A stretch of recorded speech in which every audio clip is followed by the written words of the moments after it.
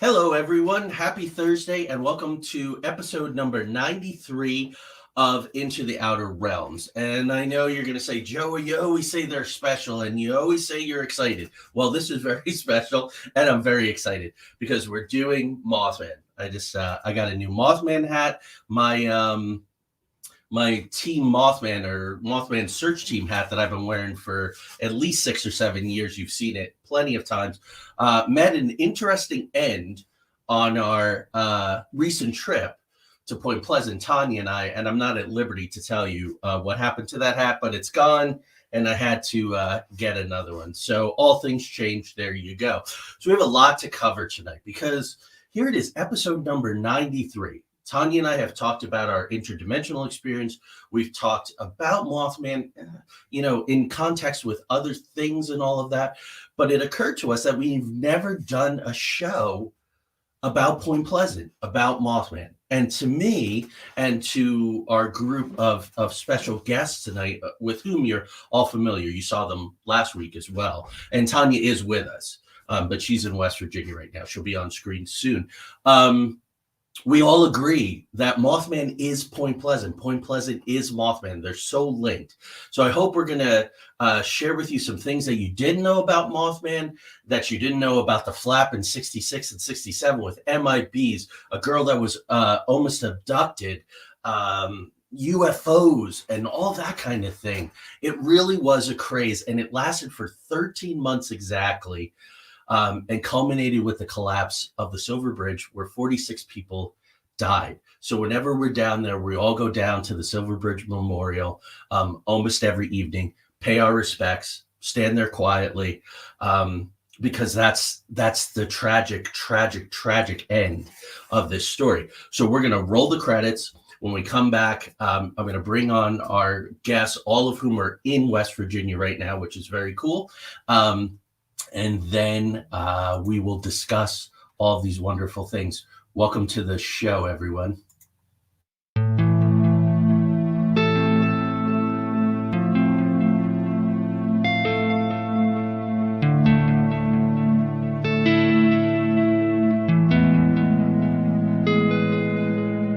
There exists a realm beyond our wildest dreams, a realm beyond reality that the gatekeepers and guardians have always told us consists of nothing but tricks of the eye, weather balloons, swamp gas, sand cranes, fairy tale myths of monsters, crackpot conspiracy theories, and desperate cries for attention. We know this realm exists, and it's just beyond the horizon, the preset path, the well-worn walkways where the cynics want us to stay.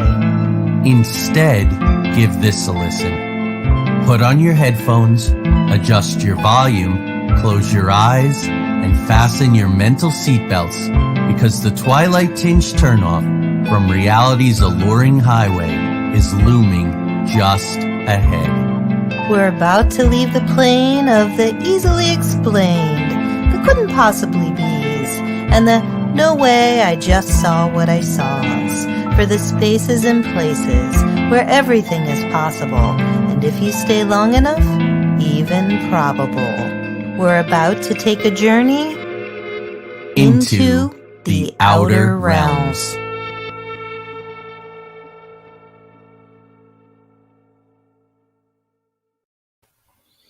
Okay, let's bring on our guest panel, which seems so weird. Hello, Tanya. Hello. Nice to see you. I haven't seen you all week. Hello, Emily. Hello, Lory. Hi. So I don't know if it happened while we were still on last week or is when we were saying goodbyes after the show, but we mentioned that we were doing the Mothman show, and Lory, Emily, you both volunteered and said, I'd love to be a part of that. So I'm not calling this a mini Red Thread Collective, because there aren't really conspiracy or fringe theories, as we call them, about Mothman. This is just a conversation among people who have devoted a lot of time and energy into visiting Point Pleasant, studying the Mothman, and we're going to share all that cool stuff with you. So let's go into the comments real quick, shall we? Hi, Lory. Lisa below in the comments. Ronald. Mario, you made it. Hello. Mario is ready for some intrigue and some terror, and I think we can deliver to Mario. Hi, Mark.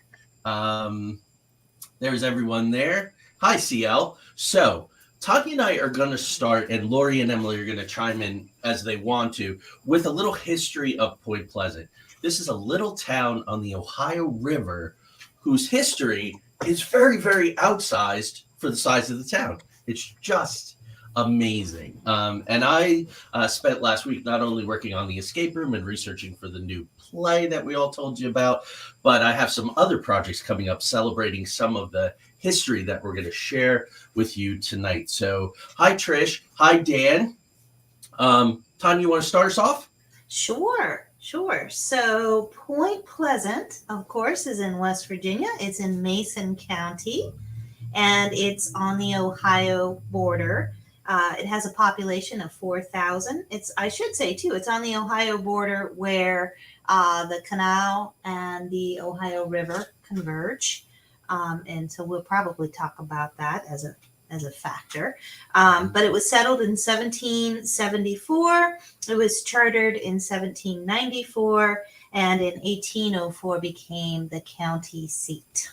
Right. Now, West Virginia, there's some members of the United States population who assume that West Virginia isn't its own state, but it's Western Virginia. No, that's not true. But it was at one point. This is an area that's been very highly contested for a very long time. As you know, West Virginia was broken off by President Lincoln during the Civil War. There were almost equal amounts of Union and Confederate soldiers. It's always been a highly contested place, this area of the country. George Washington, as a young surveyor, had a dream to turn this area into something called Vandalia.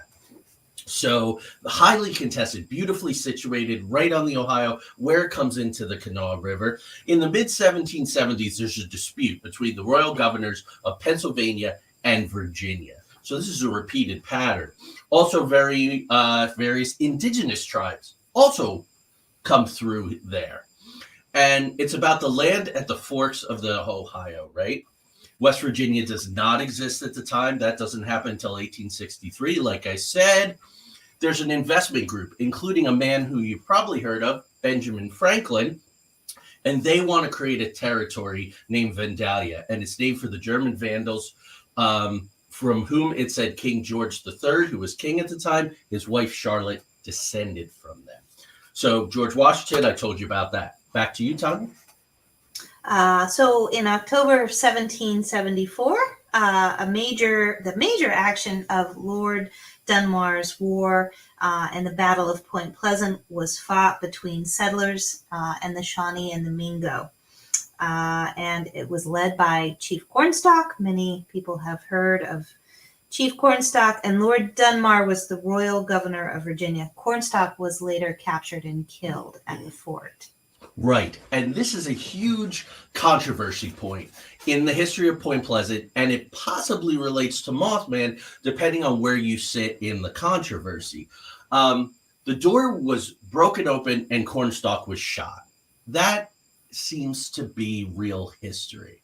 Now, there was this thing, and it was because of a centennial play in the mid-1800s about the Battle of Point Pleasant, which some say is the first battle of the American Revolution. So again, this tiny little place in extreme western Virginia on the banks of the Ohio could have been the first battle in the American Revolution. It's crazy. But anyway, in this play, this playwright, and we know how playwrights can be, says, wouldn't it be lovely to have a curse that would account for all the things that have happened to Point Pleasant? Because there have been floods, and there have been tragedies, and there has been Mothman, and MIBs, and UFOs, and everybody says, it's Cornstalks Curse. Lory, Emily, do you think that there's a Cornstalks Curse? I don't know. I don't. Yeah.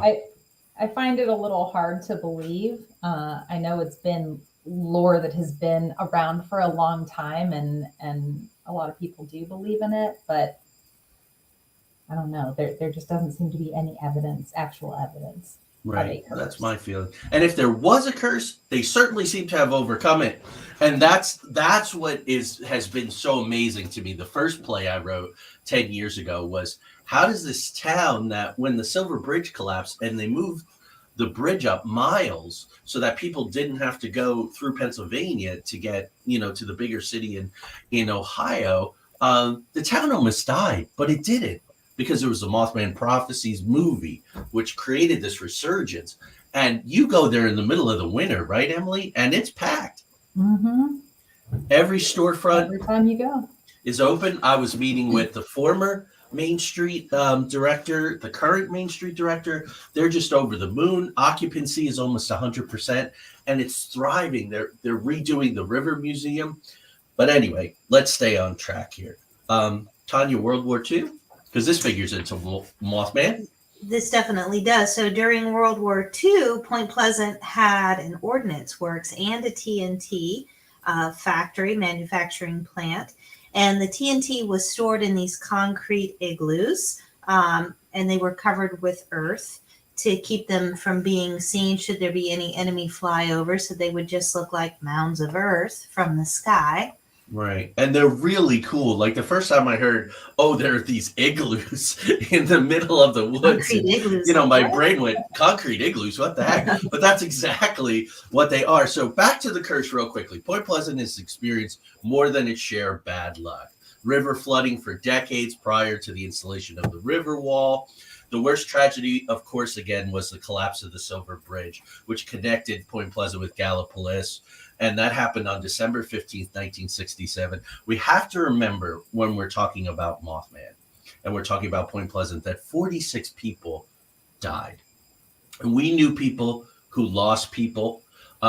It's hard to go 10 feet in Point Pleasant, even now, 60 years later, without meeting someone who was touched by that tragedy. And I have to tell you, ladies, and I don't know if this has happened to you, it happened to me just again the other day. I was writing about, my Mothman work, and someone wrote and said, I was on that bridge hours before it collapsed. I've heard that from 4 different people. One of my mom's really good friends was on the bridge, right? At probably 3 or 4 hours before it collapsed. Wow. Mm-hmm. So I always think, like, no one would lie about something like that. It's not a point of pride. Oh, I was on the bridge. Right? Yeah. So either it's one of the mysteries of Point Pleasant. I mean, if you were to do the math, yes, there was a lot more traffic than they had ever planned for that bridge. It's part of the reason that it collapsed. And also these big, heavy trucks that they had never engineered for. They just never knew. It was poor planning. It was a cost-cutting measure for the bridge. It was a design. I think there were only 4 of them in the country, of these I-bar bridges. But anyway, so Tanya, you want to introduce Mothman? Right. So 13 months prior to the bridge collapsing, November 15th, 1966, 2 married couples who were driving out near the TNT area. It was something that teenagers did back in those days. They were driving out that way, and they encounter a 7-foot-tall winged humanoid with glowing red eyes, which chases them back into town. And a local journalist later dubbed the humanoid the Mothman, which was an homage to a popular Batman character that had just been released. Which is kind of unfortunate a little. None of the reports really describe it as looking like a moth. Really, not really. But anyway, and Emily's going to, once we get through this Point Pleasant history, Emily's going to take us through in a little more detail the start of all of that in 66. But just prior and for months after, hundreds of witnesses, please keep this in mind. Because there was at least one guy, I was doing a program down in Charleston at the state capitol for school kids about the Constitution of all things. And I said, I'm really excited. My wife and I, my wife's waiting for me, and we're going to Point Pleasant for the weekend. And he and Lory, when you talk about growing up near there, maybe you can address this. But he leans in real close to me, so our noses are almost touching. And he says, That was all bull, you know what. And so some people do feel kind of strongly about that, but hundreds of witnesses saw Mothman, they saw UFOs, they saw men in black, they saw other high strangeness, and it drew researchers from all around the country. And actually, in Brent Rains's book here, which is, I think, the definitive biography on John Keel, highly recommended. There were researchers that came from Europe and spent a lot of time at Point Pleasant. People don't talk about them. Of course, the big splashy thing is the Mothman Prophecies, the book that John Keel wrote that later became the movie. This is the paperback edition for the movie. So, Tanya, I think we saw the movie, and then I did a little research, and we were like, oh my gosh, this is real. Because it said based on true events. So that's when we read the book. So, okay, let's finish up on this Point Pleasant history now. Right. So after the bridge collapsed, they built the new bridge about a mile down, I would say, from the original location. But it's not a direct line now. The old bridge fed directly into Point Pleasant's Main Street, whereas the new bridge did not, and people could bypass the town. So that nearly killed the town. A lot of the storefronts dried up, and ultimately, though, it was saved, as you mentioned before, by the resurgence and the popularity of the Mothman Prophecies, the movie, of course, with Richard Gere, Laura Linney. Great movie, released in 2002. If you haven't seen it, definitely recommend it. So it was really Jeff Walmsley and Carolyn Harris. They started the Mothman Festival because of the popularity of the film, and it celebrates its 20th anniversary this year. And it spurred this whole revitalization. It's grown. Emily, I'm sure you can speak to this as well. Like when we first started going to the festival, I mean, it was well attended, but now it's exploded. Yeah. It's a big deal. Yeah. Yeah, it's Yeah, I packed. think And same with just Point Pleasant in general. Yeah. When I started going there, and I think 2008, it was still kind of a dead downtown area there were some businesses, but nothing like it is today. To watch that progression for it to come back the way that it has is just incredible. Yeah, and that's 5 or 6. That's probably the last 5 or 6 years. $10 million that was obtained in grants for all kinds of things, from the beautifully painted Riverwalk to rehabilitation of a historic house. The River Museum opened, the Naval Poster Museum. There's an art gallery. It's amazing, and we've all kind of watched it happen together, which was exciting. The festival has tens of thousands of people that come. For everyone's safety, it's a small town with limited resources. The past 2 years, they have not had the festival because of the pandemic. But next year, I think it's going to come back big, huge. There's going to be cool things happening. Hopefully, the new play will be performed there as part of it all.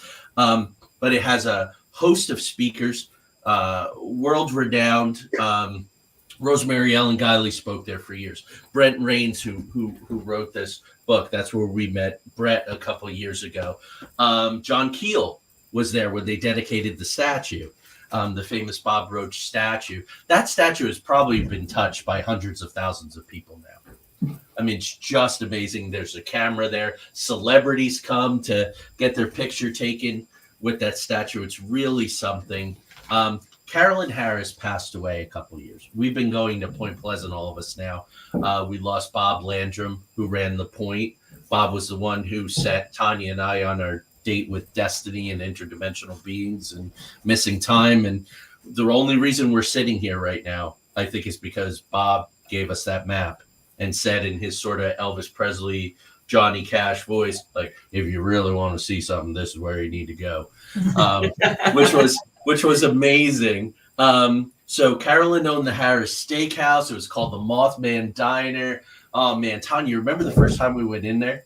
It was just you and me. Yep. I'll never forget it.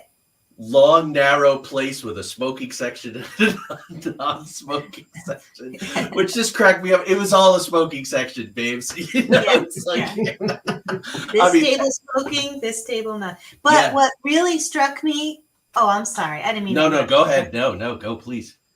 First of all, it was like, and Emily and Lory, you guys have been there. It was like taking a step back in time. I mean, everything in there, the counter, the old soda fountain counter, the table, like the old Formica tables with the, you know, the 1960s, that mid-century stuff that I love so much. And then the walls just lined with people's depictions of Mothman. Yeah, just amazing. And the horn rimmed glasses that some of the waitresses wore, and the old fashioned waitress uniforms, and the beehives. I mean, the whole bit. Yes. It was like, are we really? And the old jukebox. Just amazing. Emily, you remember the very first time that you walked into the diner? I do. It was the very first time I went to Point Pleasant, and I was not interested in the Mothman or anything. I came by Point Pleasant kind of as a synchronicity. I was just drawn to it, stopped in. I recognized the name, and I was like, oh, that was that Mothman Prophecies movie, but I was not interested in it. And we were just walking around town, met Bob. That's how I first went out to the TNT area as well. Drew a little map that I think I still have somewhere, but it was on that same trip. We walked into the diner and we're like, what is this? And Carolyn, of course, greeted us, and she was just the sweetest, kindest person. And I will say their prices were very vintage too. I feel like the was very, very reasonable and very delicious. They had and this is why I love our conversations episodes, because we can go wherever. They had something called the Joey Boy, which was a double burger. I had more than my share of Joey Boys. And they also had shrimp in a basket, which always came in a plate. Mm-hmm. And as I got to know them better, years later, I finally got the gumption to go, you know, you say it's shrimp in a basket, but it comes in a plate and it's a little disappointing. But that was the charm. That was the charm, right? And John Frick would come in with, because he has an intolerance for high fructose corn syrup. So he would come in with his own burger buns. And it was just a huge ritual it became for all of us. I mean, that's what Point Pleasant does. It calls you.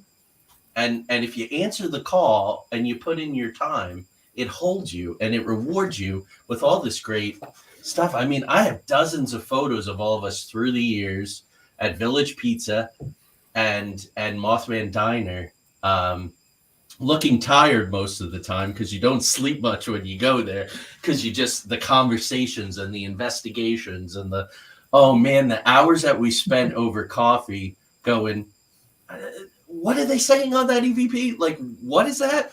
And it's probably gibberish. No, I'm pretty sure they're saying meet John Keel at such and such park at 2:00 in the morning, right? And we're like, no, we're not doing that. But of course, Tanya, didn't we? And Emily, I don't know if you were with us, but we got roped into going down to the North Power Plant, right? The location of the old ordnance plant, which came down.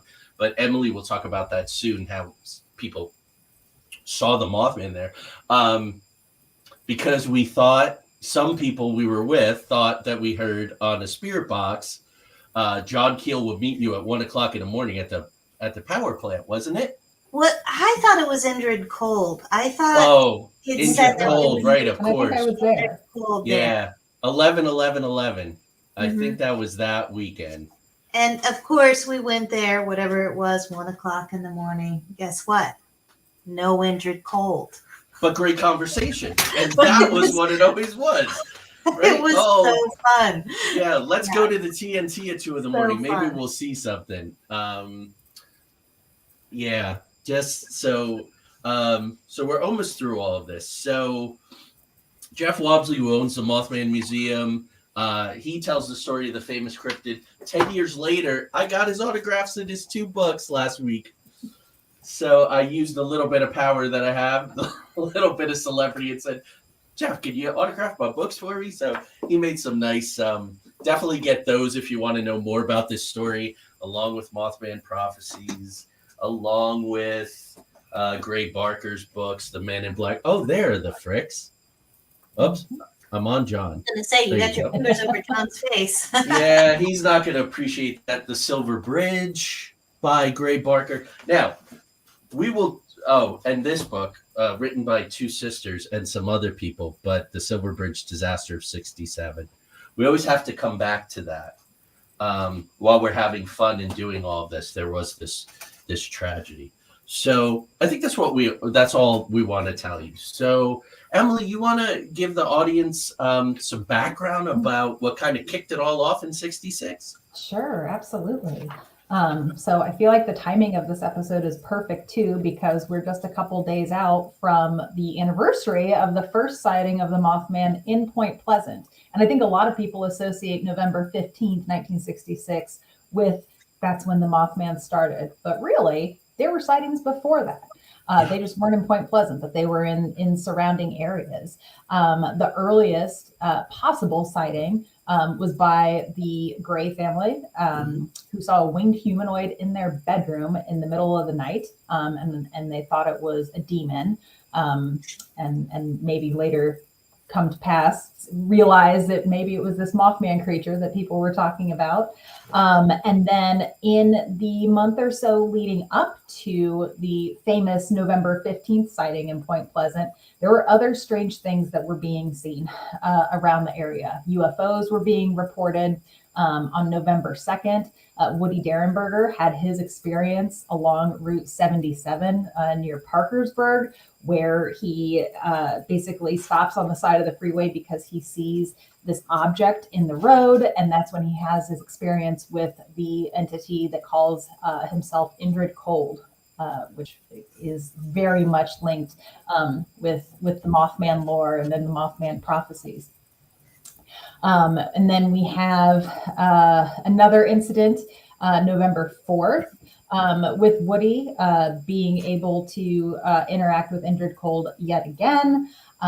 There's an incident in Salem, West Virginia, which I feel like is kind of more near me. I know we passed by Salem on Route 50, I think it is, when we're heading to Ohio, where Merle Partridge, is that with the gentleman with the dog? Yep. Bandit. Yep, Bandit.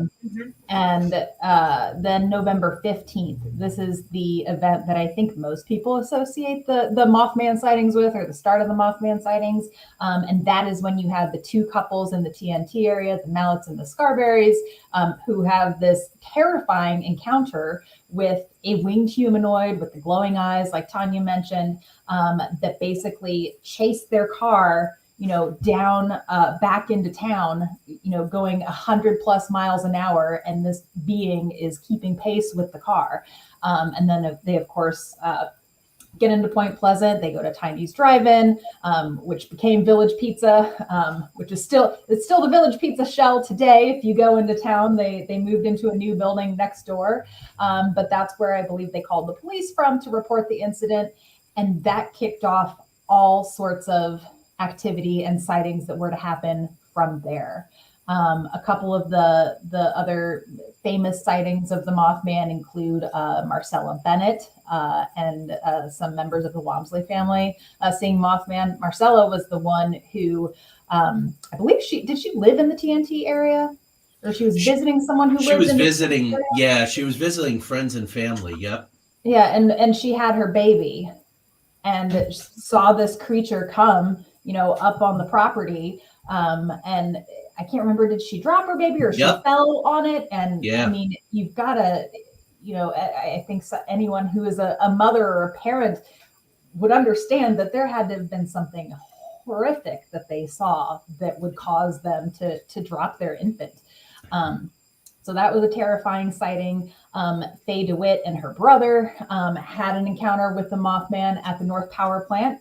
And the North Power Plant, as you all mentioned earlier, it was an area where Mothman was sighted many times during this flap between the end of 1966 and the end of 1967. There were numerous sightings at the site of that North Power Plant, which unfortunately has since been demolished. You can still go to the area like you all did, but the building itself is not there. And then, there's just another string of sightings by other folks of this humanoid, 7-foot tall, glowing red eyes creature, both, perched on top of the North Power Plant. Some people see him. They see him in the TNT area, flying and chasing cars, banging on cars. I think that was with Faye DeWitt and her brother. That's what happened. The Mothman was banging on the roof of the car. So all kinds of just terrifying encounters with this humanoid. And I think the other piece of that, which I almost find more interesting and that doesn't seem to get talked about as much, is that there were other weird things happening at the same time as all of these Mothman sightings. There was an incredible UFO flap during that time, to the point where there were, I don't know if it would be thousands, maybe hundreds of people going out each night with their shotguns and, going out searching for these UFOs out in rural West Virginia. There were Men in Black sightings, and not the movie Men in Black, but mysterious people, we'll say, who were going around and contacting people who had either seen the Mothman, seen the UFOs, and having, I find the Men in Black encounters, and maybe we can kind of go around and talk about those a bit. I find those to be a little more scary than even the Mothman sightings, because they didn't seem quite human. And they could be very threatening to the people that they were coming after. Awesome. Thank you. I agree. Yeah, I was just going to say, I agree totally with Emily about the Men in Black. It's, to me, I think the most fascinating part of the whole thing. I mean, these strange humanoid type men with strange looking eyes. My favorite account is the one where the man comes in to see Mary Hire and takes a ballpoint pen and runs out of the building laughing sort of maniacally because he's got this ballpoint pen. And it's just all so bizarre. And then also accounts of people, you mentioned one of the first sightings with, Mothman showing up in the couple's bedroom, but there were also accounts of these strange men with like crew cuts wearing like red flannel showing up in people's living rooms and bedrooms. Asking for weird things to eat or taking strange pills. It almost sounds like the Black-Eyed Kids, right? It almost sounds like the Black-Eyed Kids in a way. In some ways, there's strange overlap. And then Tanya and I, when we were investigating the web library, we encountered what we call spectral MIBs. So they were not even fully dimensionalized. I don't know if I just created a word, but they weren't solid, and only the sensitives and the psychics could see them.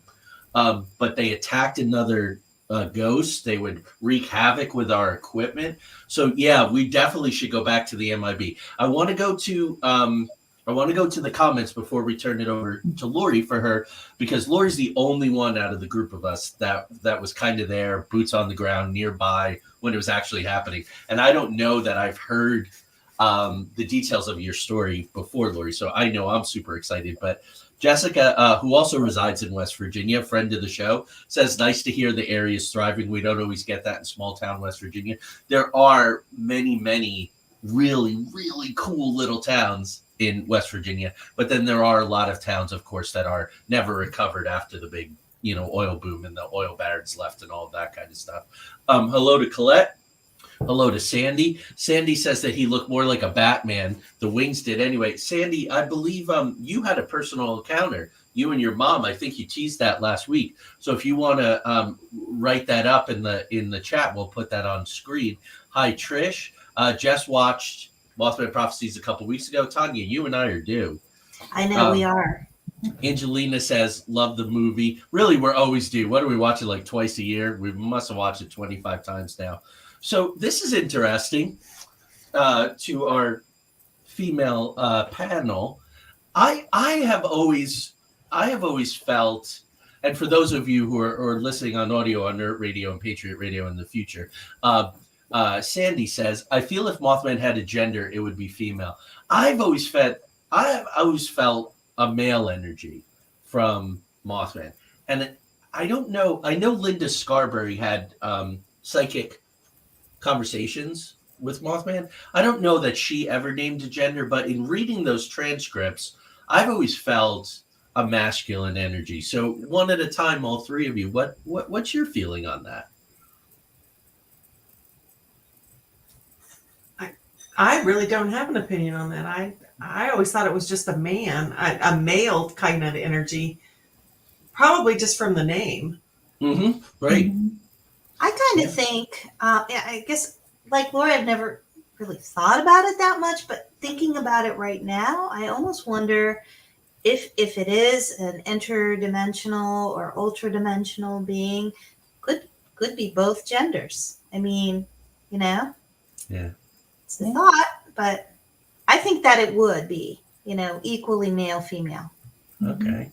Yeah, and I think the same. I've always thought of it as a male energy because Mothman, but it would be interesting to next time we go to Point Pleasant go in with the mindset of, oh, maybe this is a female, and just see if the energy that you're feeling or impressions that we're getting changed going in with that thought. I've just never thought of the Mothman as possibly being a female. So now with that in my head, now I want to go in and see if it feels any differently. I know it's interesting because we always talk like the Bigfoot from the you guys know my terrible joke about the Zapruder Patterson film. I was actually putting that in a short story finally before the show.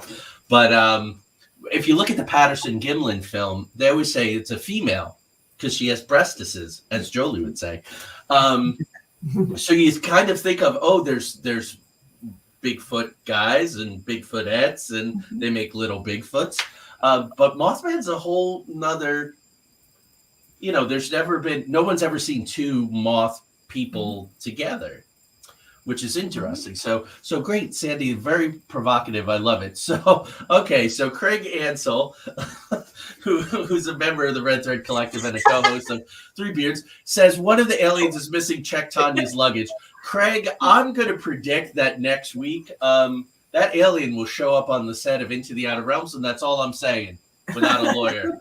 That's all I'm saying. Maybe we did it Sicilian style, or maybe Lory was just incredibly generous. You all figure out what the better story is, people, and go with it. Mike Giannetti, sorry he's late. I agree with the MIB. Definitely a true mystery. Yeah, we're going to drill down on those men in black and then hope that they don't visit us all tonight. Let's see here. So Sandy. Okay, so Sandy had an experience, and then this will be a great segue into, it was 1961.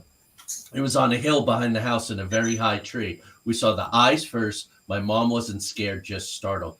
Up in the high tree, doesn't that sound very much like Marcella Bennett? I think it was originally up in the tree. And in Mothman Prophecies, when they go to see the woman who's sort of Marcella Bennett-ish, when John Klein goes to see her, there's the marks high up in the tree, which I think is an homage to that. So that's an interesting data point there. Hi, Tom. Welcome. I was watching you on Three Beards last night talking about DARPA. Excellent show. So Sandy says, the reason I say female is because it seemed to have a lot of compassion because mom was trying to get all the kids in the house and it swooped away from us, went back up the hill and disappeared. Wow. It's interesting how we bring our human senses of male, female, because my feeling is when it's startled. Now, if it came through a portal, right, which is what I think, you had the ordnance plants. Point Pleasant is super active to this day. Emily, Tanya, and I have witnessed all manner of strange things.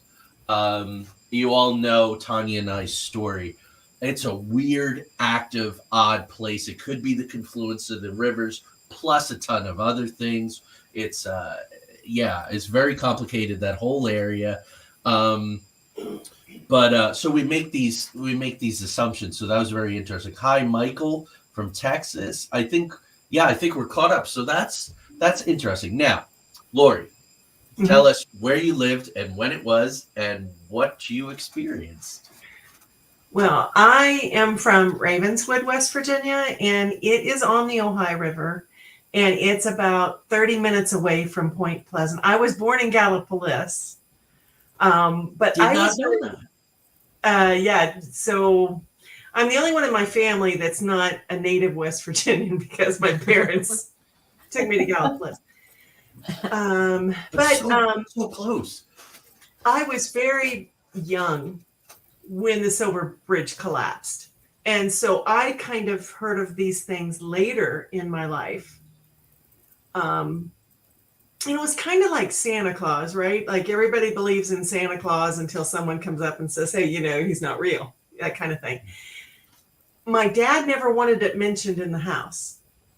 And then one day my brother comes in and he's like all talking about the Mothman, and it's kind of for a little bit. But, when we would go on dates, or, we were going out to have fun or do stuff with our friends, we were never allowed to go to Point Pleasant. We were allowed to go to Parkersburg, which is equal amounts away, but we were never allowed to go to Point Pleasant. And the stuff that, the UFO sightings and all of that, I don't remember anything about that. I learned about that later, more from reading. And when my husband and I went to Point Pleasant, it was more the Cornstalk kind of thing. He's a history buff, and so we wanted to go down and see that. And one of my favorite spots is to sit on that swing that's right there on the point where the rivers meet. Yeah. The canal and the Ohio come together, and we just sat there for a while. It was very pleasant. The Mothman Museum and the statue are awesome. If you haven't seen them in person, it's really cool. It's a great place to go. But that's kind of like a brief history of my Mothman experience, which is nothing. And Lory, I'm sorry, we're having a little bit of a lag, so go ahead, Tanya. Oh, okay. No, I was just going to ask Lory. So with you growing up only a half an hour away, I know you mentioned that your mom's friend had just been on the Silver Bridge not long before it collapsed. Did you know anyone else who knew of someone or whose life was touched? Not that I know of. That's good. That's Not good that to I know hear. of. Yeah. Yeah. So Lory, about when was Point Pleasant off limits? I would say like late 70s. Yeah, so a decade later, and I'll say Parkersburg is a great town, and there's a lot going on. To me, Parkersburg is bigger and more dangerous than Point Pleasant. Yeah. So it's kind of like, if you have to go to one or the other, and was it because of the mystique of the weirdness of Point? Well, in that, and there really wasn't that much to do there, right? Yeah. Because of the decay of the town. Right. But yeah, it was like, no, it was just like, no, that was a shutdown point. No. Yeah. That was not up for discussion. I would guess that the State Theater was still open then. That would be my guess at the time. But yeah, honestly, I mean, in the 60s, kids were driving down to the TNT area to Neck. It was like an old episode of Happy Days or something with cryptids. So Happy Days with Cryptids. Yeah. So okay, I think I offended. Why would Parkersburg be dangerous? Just because it's a bigger city and it's very much a city. That's the reason. If I offended anybody in Parkersburg, I'm sorry. I spent a lot of time there. I taught there, worked there. So anyway, just wanted to acknowledge that. Now Sandy says, and I don't know how to pronounce it. Have you guys ever, Emily? You travel a lot. Ron Saverti? I don't know that town. I know White Sulphur Springs. Yeah. So, so that's interesting. Yeah, and Salem. Yeah, that's closer to like where you guys are. I fell asleep at the wheel for a split second on Route 50 coming back from filming a film in Marietta and Parkersburg in 2013. I had been up for 28 or 29 straight hours. Wanted to get home to see Tanya and Jolie. Didn't realize that after 26 hours, you're legally considered impaired. So I was 3 hours past the point of, and I was driving past Salem, and I fell asleep for a second on 50 and woke up just before I went in the ditch. So, okay. So you don't, Ren Savert. Okay, Roncevert. Now I've heard of that before. Okay, so leave off the E at the end. So there we go. Okay. I'm looking down the list here. Emily did a great job. So on November 27th, 1966, because we want to cover some of the lesser known things. Mason County Golf Course, which I believe is still there. It's outside of New Haven. Connie Carpenter, who was Mary Hyer's niece. Now, we've mentioned Mary Hyer at least once. Mary was a journalist. She had an office in Point Pleasant. Just a little hint. I don't think I'm giving away anything terrible. The first room in the new escape room is an homage to Mary Hyer's office. We're trying to recreate it. So that's the first room you'll be in the escape room is Mary's office. But anyway, her niece, Connie Carpenter, saw a gray humanoid, 7 feet tall, hypnotic red eyes. Sounds very, very, very familiar. Well, 2 months later, 2.5 months later, February 22nd, 1967, a man, and there's no, except that it's mysterious and creepy, there's no evidence that it was an MIB in the way that some of the other things. But keep in mind, Mary has by this time had encounters with the MIBs on at least 2 occasions. This man tries to abduct Connie and throw her into a 49 Buick in Point Pleasant. She manages to get away. She goes about her business. When she goes home that night, there's a note under the door that says, "I can get you yet."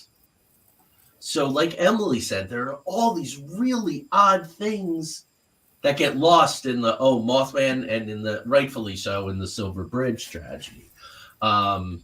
So pretty amazing. So you guys want to talk more about the MIBs? I always want to talk about MIBs. So what the heck? I know that Jeff Wamsley has told me from the museum that his mom saw them. Mm-hmm. So that's a secondhand witness report. Mary's very detailed. I've worked in lots of stuff about the MIBs and the details of the MIBs in the escape room because they're such a major part of this. But they were odd. It was like they didn't quite talk the same as other people. They dressed inappropriately, so maybe we could go down the list of the weirdness. They had very exotic features, right? Their eyes weren't quite right, very pasty skin.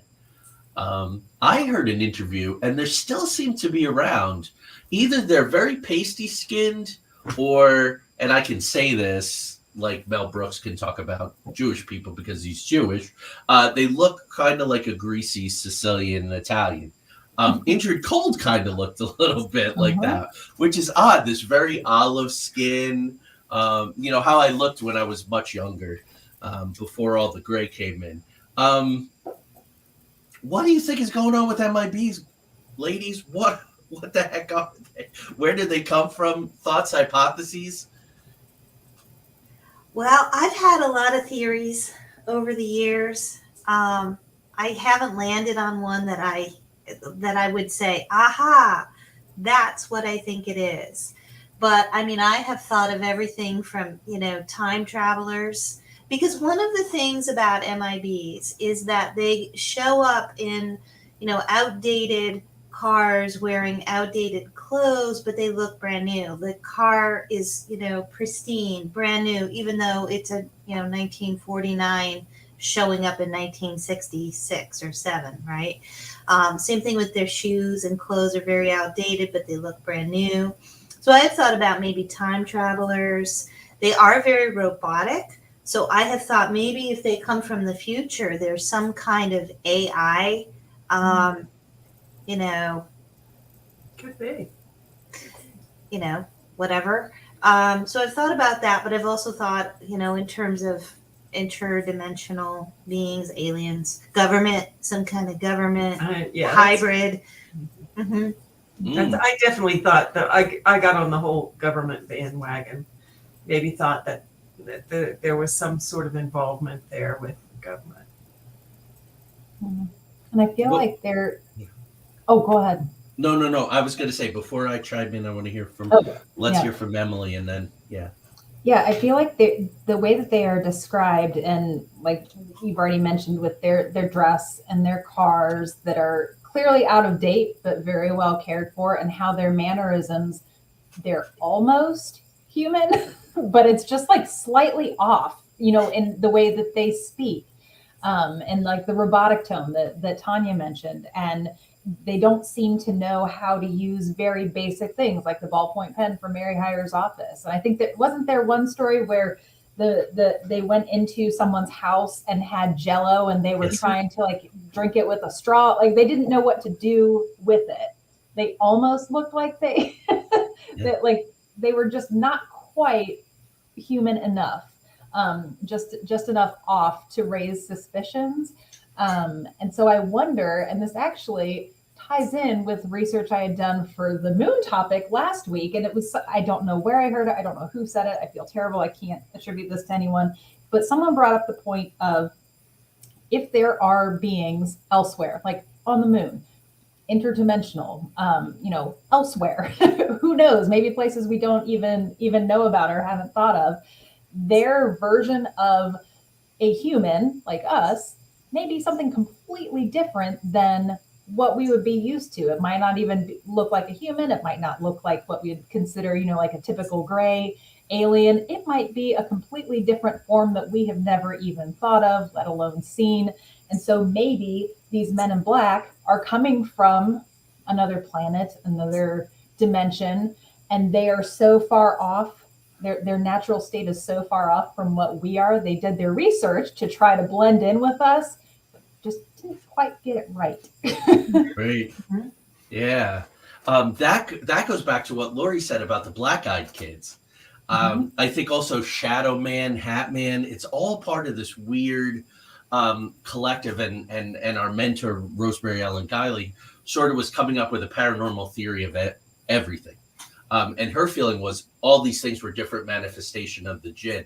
But if we look at all the manifestations of all of this, I think where the government comes in, government hybrids is really interesting. Of course, my mind, a writer's mind, go, wow, that's really interesting. But I think that the government sort of capitalized and replicated, right? That's what the government does. Oh, there's this real phenomena, but we're going to control it by replicating it, faking it, using it to our advantage. We can use it to debunk all that kind of stuff. So I think that the government guys, I was even watching Succession on HBO last night, and the personal bodyguard of the head of this big multinational company wants to intimidate the guy's son, and he walks into the office, and he's very Man in Blackish, just with this cold stare and that's very government, cool guy, mirror glasses, all that kind of intimidation nonsense. So I think that there is a weird overlap there. But the story, there's one of the other visits to Mary was that the guy showed up and he was stuttering. So he's having problem processing or making human language. And he asked her what someone would do if he asked her to stop her investigation, right? Because she's writing for the Athens Messenger. She's working very closely with John Keel. And he says, you know that John Keel's a liar, right? It's very spooky. And Keel would get these crazy phone calls. Like I was just talking to Jeff Wamsley the other night, and before John Keel passed, he would talk to Keel. And again, so this is 50 years later, 45 years later, and Keel's going, do you hear that? Do you hear someone breaking into the line? Someone's in the line. Keel would get these ridiculous astronomical phone bills. And he would call Bell Telephone in New York, and he would say, I didn't make these calls. And he went down into the basement, and he learned all the wiring, and he had the FBI come. Just crazy, but these clicking sounds and these breaking in. And Tanya, we have had some weird ass phone calls, phone communications, because it's all electronic frequency. That's a good way for it to manifest. Yeah. Well, we had that makes me think of the John and Tim Frick. Obviously, we met in Point Pleasant. Have had many conversations with them about Point Pleasant, in Point Pleasant, and they would come to our house, And for a while, there was a phenomenon that whenever they left our house, and this was in the days where you still had a landline, people still had those, and the phone would ring the minute they left, and the caller ID would be all zeros. And it wasn't just happening to us, it was happening to other people that they would go visit. Every time they left, this phone call would come up. Then and I have a photo, I just came across it. I was going through like old Point Pleasant photos, and we had taken a picture of it.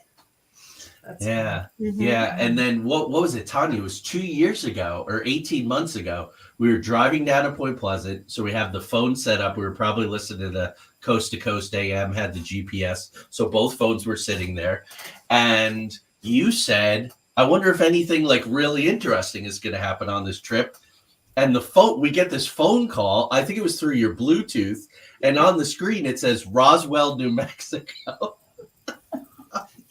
On the way to Point Pleasant. And I've never had a call from at Roswell that moment. before No, or since. Before or since. So just, I mean, we talk a lot. The group, Rosemary created a sort of loose confederation of investigators called the Mothman Irregulars, and we would always talk about how synchronicity would shoot through the roof. That just the high strangeness would produce all these different distortions. It would manifest things. Mm-hmm. After I finish Parallels and Patterns in 2023, I'm going to do a book called Mothman and Me, how a 60-year-old mystery changed my life. Because the profound effect, right, Tanya? I mean, we might know Lory. We almost certainly wouldn't know Emily. Emily, you were living in Cincinnati, Ohio, I think, and now you're a West Virginian. Yeah. And living in the town where we lived when we Lived in West Virginia. saw what we saw and went the first time. So it produces, the high strangeness produces all this synchronicity. So there's one more thing I want to talk about, and that's the Indrid Cold phenomenon.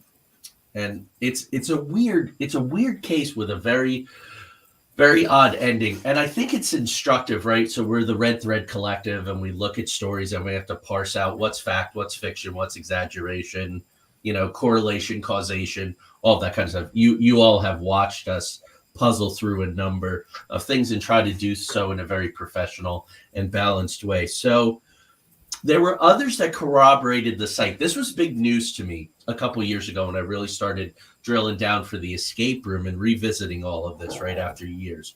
Like Emily reported, just 2 days after Woody Derenberger had his sighting on Route 77, on Route 7, also outside Parkersburg, he gets the download, but there was another family who saw something, or no, I'm sorry, that was his download. That same night, a woman and 2 kids saw an elongated object on the same road before Woody did, and a man in a black coat got out and asked them questions. A lot of people don't know that. That's a really good corroboration. And there were, I think, 2 other witnesses that later came forward and said, yeah, we saw this strange ass thing in the road. Now, I think at the moment that it landed and Indrid got out and telepathically spoke to Woody, there was such a time distortion bubble around them that people wouldn't have seen that. So, according to Keel in the Mothman Prophecies, he's the one who talks about that second sighting in the Mothman Prophecies. It's right in there, which I thought was interesting. Here's where it gets kind of weird. As attention mounted, and this is the big controversy, it's something we've been talking about for a decade, Derenberger gets more and more elaborate in his story. He says that he went to a planet called Lanulos. Doesn't seem to be any evidence of this planet existing anywhere. It's in a star system called Ganymede. There is no star system called Ganymede. Okay, but that's fine because it doesn't exist in our universe. So, okay, it's in a parallel universe. So people take his story very seriously. So seriously that NASA invites his family to Florida to tour the facilities, but also to thoroughly question him. So the gatekeepers are hearing enough story points in his narrative that they're going, oh, well, damn, there might be something to this. We got to talk to this guy. So that's big time. That's big expense. That's a big deal. It's NASA. So misunderstandings and truth of his claims persist because lots and lots and lots of investigators, including recent investigators who have put out some documentaries, have tried to track down Indrid Cold. And you're basically like us standing at the North Power Plant at 1 o'clock in the morning. You wind up getting pumped.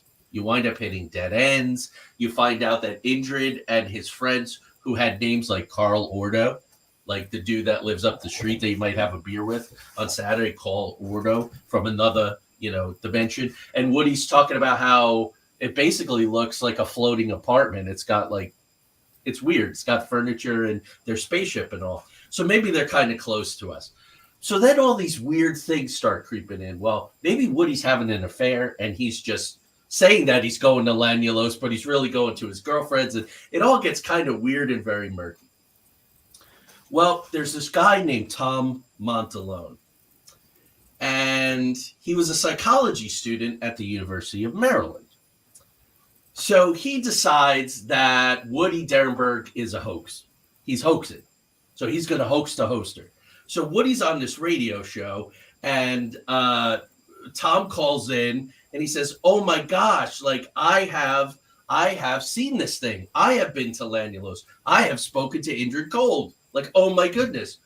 Well, John Keel, as thorough as an investigator as he was, as opposed to Gray Barker, who was a showman and made a lot of stuff up, and really Gray did a lot to murky the waters, and he was kind of open about that. And he had a buddy named what was his buddy's name? Mosley? Yes. Yeah, and they hooked George Adamski with the Department of State letter and all that kind of stuff. Guys, play the escape room because all of this stuff is in there. All this stuff is in there. But anyway, so he hooks John Keel, and he's clever enough for long enough to fool Keel, and his story winds up in the Mothman prophecies. So that's very interesting. So Keel's position on the hoax was that it was so obvious to him that Montalone was lying from the start, and Keel thought everybody else was going to be on the joke. So I think that Keel had some egg on his face. He was embarrassed. I remember walking into TNT Air with the Fricks, and they had heard that Keel wanted it taken out, but the publisher insisted that it stay in because it was kind of sexy and it was good copy, So here's the interesting thing. Everybody says, "I'll see you in time," right? That's the big Indrid Cold line. Woody Derenberger did not say that Indrid Cold said that. It was Tom Montalone. So that's the interesting thing. You have Keel and you have Barker. You have the serious researcher who got punked, and you got Barker who was doing a lot of the punking, right? And then you got Woody Derenberger, who I think, and then I want to turn it over to you guys for the last word. You got Derenberger, who I think saw something very real, and then it got distorted and weird with the attention and as time went on. And then you got Tom Montalone, who comes in and he's hoaxing. He's just a psychology student having some fun, and he's the one who hooks Keel. And it was his line, "I'll see you in time," that gets attributed to the Woody Derenberger Indrid Cold experience. That's what we're dealing with as researchers all these years later, a decade later. Rosemary was on the case for probably 30 years. What are you guys' thoughts about the whole Indrid Cold and just the complexity of all of this as we're exiting out? I have always believed that story. I couldn't tell you what it is about it. I don't know if you all have read Woody Derenberger's book, the Visitors from Lanulos. Yeah, I think that's what it's called. Visitor to Lanulos? Maybe. Yeah. And I read it, and there was just something about it that I could not shake, that I was like, my gosh, this happened. And maybe it was just really well written. I don't know. But for me, I believe him. I need to read that book. I have not yet read it. I definitely believe that initial encounter on 77 absolutely happened. There's no doubt in my mind. Other people encountered the same thing. I think there was another eyewitness account of someone who said, yeah, I drove by and I saw Woody's car stopped. Yeah. So I absolutely believe that initial encounter. I always kind of thought the whole visitors from Llanellos coming to his house and the subsequent trips to Ganymede, that I questioned. But having said that, I have not read the book. So if I did, it, maybe it would change my mind. I might feel like, I know Emily's very intuitive, so I think I have to read it now. I mean, I've always wanted to. I just now I have to put it a little higher on my list of things to read. Yeah, it's a fascinating read. Lory? I really don't have any thoughts or any additional thoughts. Yeah, but it just I shows just agree. So if whether part of it's right or the whole thing is right, you still have this spoiler coming in, Tom Montalone, which is like this blueprint of what the government does. So now we are getting a little RTC here. And that's what makes it so tough. Was Keel getting punked? The phone calls where they were breaking in, the threatening letters that we were getting. If you read some of his letters, which are in Jeff Walmsley's 2 books, there's a series of letters that he writes to the Scarboroughs, the Mallets, their relatives. He became very, very close with everyone. He became very close with Mary. He's talking about things, again, play the escape room because you'll experience all of them firsthand. But he's talking about weird things, weird objects, weird substances. If you hear XYZ or someone tells you to go to X place at X time, don't do it. They're tricksters. They're liars. They're and when you read Mothman Prophecies or any of Keel's books, right? The beautiful thing about Keel, Barker was a showman, right? He was a traveling salesman selling films to drive-in theaters. He had a whole private life at a time where it was not accepted, let's just say. He's fascinating in his own way. But Keel was a magician. He was a cynic, not even a skeptic. He was a cynic. And his first book, Jadoo, he went to the Middle East and he went to India. He wanted to debunk all this stuff. I think of Randy, who's an extreme cynic, who's hurt the field in immeasurable ways. But there's something about, and you know who believes that ghosts don't exist. There's no, we're all under terrible, horrible delusions. Poor Tanya Deer is just either a liar or totally delusional, is Penn Jillette, also a magician. So I have this theory that these guys got punked early in life. They got fooled somehow. And magic is their way to figure out how everything is phony and everything's a lie and exactly how it works.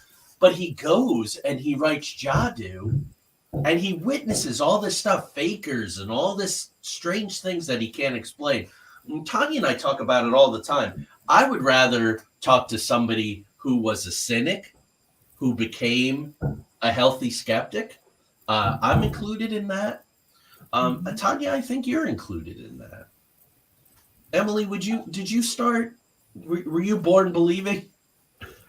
I think so, because I had my first paranormal experiences from a very early age. So like 4 years old. So it was just kind of always there. Right. I didn't know. How about you, Lory? No, I think I wasn't born a believer, but there is something to this. Yeah.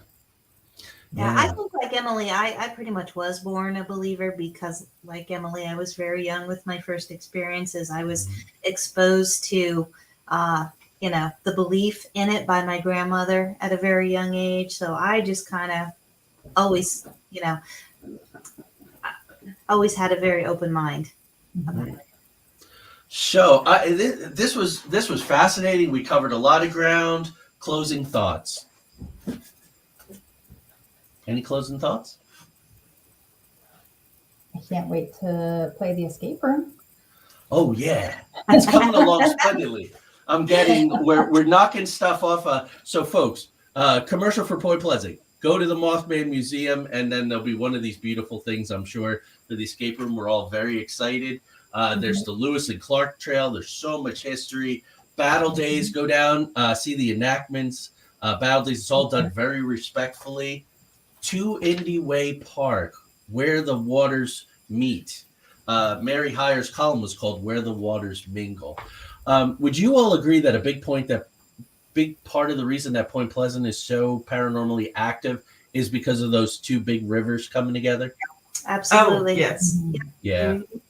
Geography. And the tragedy and all of the tragedy and the Right. All of the tragedy. There's a lot of Also the Indian residual wars. energy there, I think, that Mhm. from the tragedy, from the Mothman sightings, from UFO sightings, from Men in Black, I think it's just holding on to a lot of really weird energy that makes it continue to be a very interesting high strangeness place today. Thank you, Mario. I'm glad we lived up to expectations. Mario wrote earlier this afternoon and he was excited and we delivered. Well, here it is. Here is that Main Street that we've all walked so much. I'm just in love with this place. Just in love with it. There's a lot of exciting stuff coming up. So support them. Go. It's worth the drive. It's worth flying in. People come from all over the world to go to the Mothman Festival. Second weekend in September. Yeah. Third, So, I think. third. Thank you. Third. Yeah. Yeah, third weekend. So, all right. Well, I'm getting a low bandwidth signal here. I think they've about had it with us. So, audience, thank you so much. Next week we're taking off for Thanksgiving. So I think we'll repost our, as we often do in November, we'll repost our interdimensional for the 6 people out there who haven't seen Tanya's experience and mine. It'll be a good follow-up to Mothman. And then we're coming back. We have a whole battery of talented ladies that are coming on. So someone who does poetic psychology out of England, who's actually from German descent. A woman called Ann Cooper, who wrote this book, Second Life, her journey from atheism to spirituality. We have Solaris Moonraven is coming back December 2nd. She's going to talk about synthetic telepathy and her fiction, nonfiction books, her radio show. And we're pressing ever closer to episode 100 with Reverend Michael Carter and talking about the life-changing abduction contact experience. So thank you, everybody. Join us next week. No, join us in 2 weeks when we go into the outer realms where the paranormal and the supernatural are just the normal and the natural. Thank you for joining us, everybody. Good night. Everyone.